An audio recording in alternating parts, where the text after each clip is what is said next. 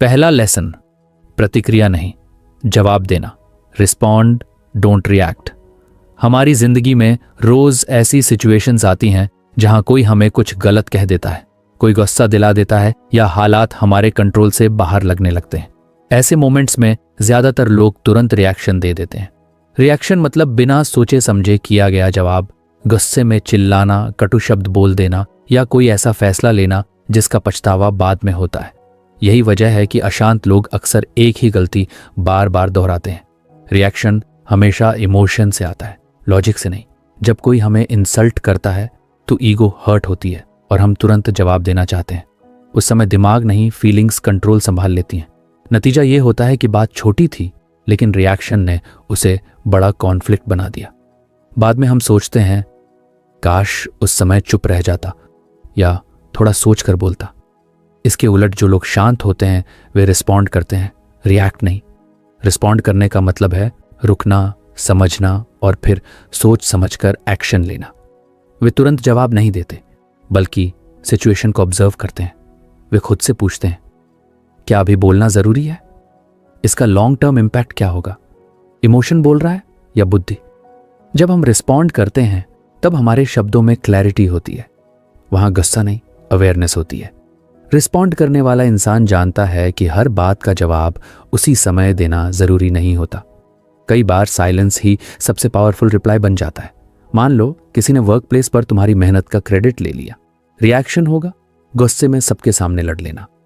लेकिन रिस्पॉन्ड करने वाला इंसान फैक्ट्स कलेक्ट करेगा, सही समय देखेगा और कैमली अपने मैनेजर से बात करेगा। रिजल्ट, रिस्पेक्ट भी बनी रहती है और प्रॉब्लम भी सॉल्व हो जाती है। रिएक्शन शॉर्ट टर्म सेटिस्फैक्शन देता है लेकिन लॉन्ग टर्म डैमेज करता है। रिस्पॉन्ड शॉर्ट टर्म अनकंफर्टेबल हो सकता है पर लॉन्ग टर्म पीस देता है। यही फर्क है इमोशनल पर्सन और मैच्योर पर्सन में। शांत लोग वीक नहीं होते, वे बस अपनी एनर्जी वेस्ट नहीं करते। उन्हें पता होता है कि हर बैटल लड़ना जरूरी नहीं है, कुछ लड़ाइयां छोड़ देना ही असली जीत होती है। जब तुम रिस्पॉन्ड करना सीख जाते हो तब बाहरी लोग तुम्हें कंट्रोल नहीं कर पाते क्योंकि कंट्रोल अब तुम्हारे अंदर होता है। इस हैबिट को डेवलप करने के लिए एक सिंपल रूल अपनाया जा सकता है, पॉज बिफोर यू स्पीक। बस 5 से 10 सेकंड्स रुक जाओ। इतना सा पॉज तुम्हारे पूरे लाइफ डिसीजंस बदल सकता है। यही पॉज रिएक्शन और रिस्पॉन्स के बीच की लाइन है। धीरे धीरे जब तुम प्रैक्टिस करोगे तुम्हें महसूस होगा कि तुम्हारा स्ट्रेस कम हो रहा है, रिश्ते बेहतर हो रहे हैं और सेल्फ रिस्पेक्ट बढ़ रही है। क्योंकि अब तुम हालात के स्लेव नहीं हो बल्कि कॉन्शियस डिसीजन मेकर बन चुके हो। याद रखो, रिएक्शन आपको कमजोर बनाता है, रिस्पॉन्स आपको पावरफुल। जो इंसान खुद पर कंट्रोल सीख लेता है दुनिया अपने आप उसके कंट्रोल में आने लगती है। दूसरा लेसन, ऊर्जा की बचत, सेविंग एनर्जी। हम अक्सर सोचते हैं कि हमारी थकान ज्यादा काम करने से होती है, लेकिन सच्चाई यह है कि हमारी ज्यादातर एनर्जी काम से नहीं, इमोशन से खत्म होती है। गुस्सा करना, बेवजह बहस करना, छोटी छोटी बातों पर घबराना और हर चीज को लेकर ओवरथिंक करना, ये सब हमारे शरीर और दिमाग दोनों की एनर्जी चूस लेते हैं। दिन भर कुछ खास काम न करने के बावजूद अगर हम एग्जॉस्टेड महसूस करते हैं तो उसका रीजन फिजिकल नहीं बल्कि मेंटल होता है। जब हम गुस्सा करते हैं तब सिर्फ मूड ही खराब नहीं होता बल्कि हमारी बॉडी भी अलर्ट मोड में चली जाती है। हार्ट बीट तेज हो जाती है, दिमाग कैओटिक हो जाता है और पूरा सिस्टम अननेसेसरी स्ट्रेस में आ जाता है। यही प्रोसेस बहुत ज्यादा एनर्जी कंज्यूम करता है। बहस में पड़ना भी ऐसा ही है। सामने वाले को जीताने या हराने की कोशिश में हम अपनी शांति और ताकत दोनों हार जाते हैं। शांत लोग इस बात को अच्छे से समझते हैं। वे जानते हैं कि हर बात रिएक्शन के लायक नहीं होती, इसलिए वे खुद से पूछते हैं क्या यह सच में मेरी एनर्जी के लायक है? अगर जवाब नहीं होता है तो वे उस बात को छोड़ देना बेहतर समझते हैं। यह कमजोरी नहीं बल्कि इंटेलिजेंस है। एनर्जी एक लिमिटेड रिसोर्स है। सुबह उठते समय हमारे पास एक तय मात्रा में मेंटल और फिजिकल एनर्जी होती है। अगर हम उसे सुबह सुबह ही नेगेटिविटी, कंप्लेंट्स और आर्ग्यूमेंट्स में खर्च कर देंगे तो दिन के ज़रूरी कामों के लिए कुछ बचेगा ही नहीं। इसलिए शांत लोग अपनी एनर्जी को प्रोटेक्ट करते हैं जैसे कोई कीमती करेंसी हो। वे बहस जीतने से ज़्यादा अपने गोल जीतने पर फोकस करते हैं। उन्हें दूसरों को प्रूव करने से ज़्यादा खुद को इम्प्रूव करना ज़रूरी लगता है। यही वजह है कि वे ड्रामा से दूर रहते हैं, टॉक्सिक लोगों से डिस्टेंस बनाते हैं और अननेसेसरी डिस्कशंस में नहीं उलझते। घबराहट यानी एंग्जाइटी भी एनर्जी की सबसे बड़ी थीफ है। बार बार फ्यूचर के बारे में सोचना, अगर ऐसा हो गया तो, जैसे सवाल दिमाग को थका देते हैं। शांत इंसान प्रेजेंट मोमेंट पर टिके रहते हैं। वे जानते हैं कि चिंता करने से प्रॉब्लम सॉल्व नहीं होती, बल्कि एनर्जी खत्म हो जाती है। जब आप अपनी एनर्जी बचाते हो तब आप उसे सही जगह इन्वेस्ट कर पाते हो, अपने स्किल्स पर, अपने हेल्थ पर, अपने ड्रीम्स पर। यही सेव्ड एनर्जी धीरे धीरे डिसिप्लिन बनती है, फोकस बनती है और कंसिस्टेंसी में बदल जाती है। आपने देखा होगा कि सक्सेसफुल लोग ज्यादा शोर नहीं मचाते, वे चुपचाप काम करते हैं, क्योंकि वे जानते हैं कि नॉइज एनर्जी लेता है, साइलेंस एनर्जी देता है। अगर आपको हमारी फ्री समरी अच्छी लगती है तो आप हमारे चैनल को सब्सक्राइब कर सकते हैं, हमारी मेंबरशिप खरीद सकते हैं या हमें यूपीआई के थ्रू सपोर्ट कर सकते हैं। अब समरी पर वापस चलते हैं। उनका काल्म एटीट्यूड उनकी सबसे बड़ी स्ट्रेंथ होता है। असली पावर ऊंची आवाज में नहीं, स्थिर दिमाग में होती है। जो इंसान अपनी एनर्जी को बचाना सीख लेता है वही उसे सही दिशा में इस्तेमाल कर पाता है। याद रखो, गुस्सा एनर्जी जलाता है, शांति एनर्जी बचाती है, और जो इंसान एनर्जी बचा लेता है वही अपने गोल्स तक सबसे तेज पहुंचता है। तीसरा लेसन, अनकहा दबाव, द पावर ऑफ साइलेंस। हम अक्सर सोचते हैं कि ताकत शब्दों में होती है, जोर से बोलने में, तर्क देने में या बहस जीतने में, लेकिन असल जिंदगी में कई बार चुप्पी शब्दों से कहीं ज्यादा पावरफुल होती है। साइलेंस वो हथियार है जो दिखाई नहीं देता, पर उसका असर गहरा होता है। शांत लोग इसी ताकत को समझते हैं, इसलिए वे हर समय बोलने की जरूरत महसूस नहीं करते। जब बातचीत या बहस के दौरान कोई व्यक्ति लगातार बोलता रहता है तो वह अपनी सारी बातें बाहर निकाल देता है, लेकिन जो इंसान सही समय पर चुप रहना जानता है वह सामने वाले पर अनकहा दबाव बना देता है। ये चुप्पी सामने वाले के दिमाग में सवाल पैदा करती है, ये कुछ बोल क्यों नहीं रहा? क्या इसे सब पता है? क्या मैंने कुछ गलत कह दिया? यही क्वेश्चंस सामने वाले को अनकंफर्टेबल कर देते हैं। इंसानी दिमाग साइलेंस को आसानी से हैंडल नहीं कर पाता। जब जवाब नहीं मिलता तो मन खुद ही गैप्स भरने लगता है। इसी बेचैनी में कई लोग जरूरत से ज्यादा बोलने लगते हैं, और यहीं से उनकी असली सोच, सच्चाई या कमजोरी बाहर आ जाती है। शांत लोगों की चुप्पी डरावनी नहीं होती, लेकिन असरदार जरूर होती है। वे जानबूझकर साइलेंस का इस्तेमाल करते हैं ताकि सामने वाला खुद अपनी बात खोल दे। कई बार बिना एक शब्द बोले ही सामने वाले का कॉन्फिडेंस टूटने लगता है। मान लो कोई व्यक्ति तुम पर आरोप लगा रहा है, रिएक्शन ये होगा कि तुरंत खुद को डिफेंड करना शुरू कर दो, लेकिन रिस्पॉन्ड करने वाला इंसान कुछ पल चुप रहता है, आंखों में स्थिरता रखता है और बिना घबराए सामने देखता है। यह साइलेंस सामने वाले के लिए भारी पड़ जाती है। वह खुद ही अपनी बात बदलने लगता है या अननेसेसरी डिटेल्स जोड़ देता है। साइलेंस का मतलब डर नहीं होता, बल्कि सेल्फ कंट्रोल होता है। जो खुद को कंट्रोल कर सकता है वही हालात को भी कंट्रोल कर सकता है। लगातार बोलते रहना अक्सर इनसिक्योरिटी का साइन होता है, जबकि चुप रह पाना इनर स्ट्रेंथ का। शांत लोग जानते हैं कि हर सवाल का जवाब देना जरूरी नहीं होता, हर आरोप का डिफेंस देना भी जरूरी नहीं। कई बार चुप रहकर सामने वाले को बोलने देना ही सबसे स्मार्ट स्ट्रैटेजी बन जाती है। आपने नोटिस किया होगा, इंटरव्यू, नेगोशिएशन या सीरियस कॉन्वर्सेशन में जो व्यक्ति कम बोलता है उसकी बातें ज्यादा वेट रखती हैं।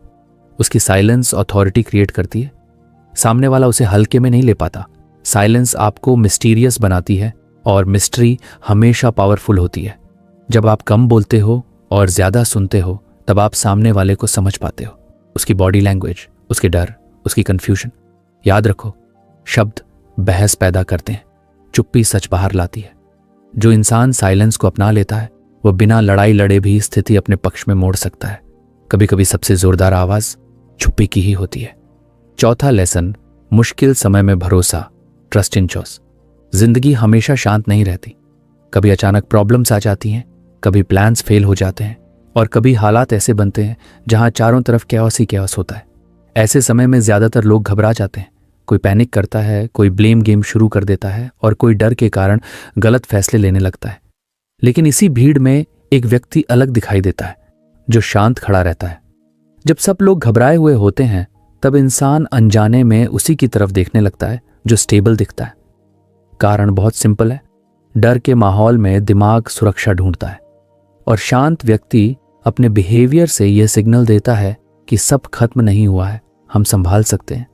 यही वजह है कि क्राइसिस के समय कोई जोर से बोलने वाला नहीं, बल्कि शांत सोच वाला इंसान लीडर बनता है। साइलेंस को अपना लेता है, वह बिना लड़ाई लड़े भी स्थिति अपने पक्ष में मोड़ सकता है। कभी कभी सबसे जोरदार आवाज चुप्पी की ही होती है। चौथा लेसन, मुश्किल समय में भरोसा, ट्रस्ट इन चॉइस। जिंदगी हमेशा शांत नहीं रहती। कभी अचानक प्रॉब्लम्स आ जाती हैं, कभी प्लान्स फेल हो जाते हैं और कभी हालात ऐसे बनते हैं जहां चारों तरफ कैओस ही कैओस होता है। ऐसे समय में ज्यादातर लोग घबरा जाते हैं। कोई पैनिक करता है, कोई ब्लेम गेम शुरू कर देता है और कोई डर के कारण गलत फैसले लेने लगता है।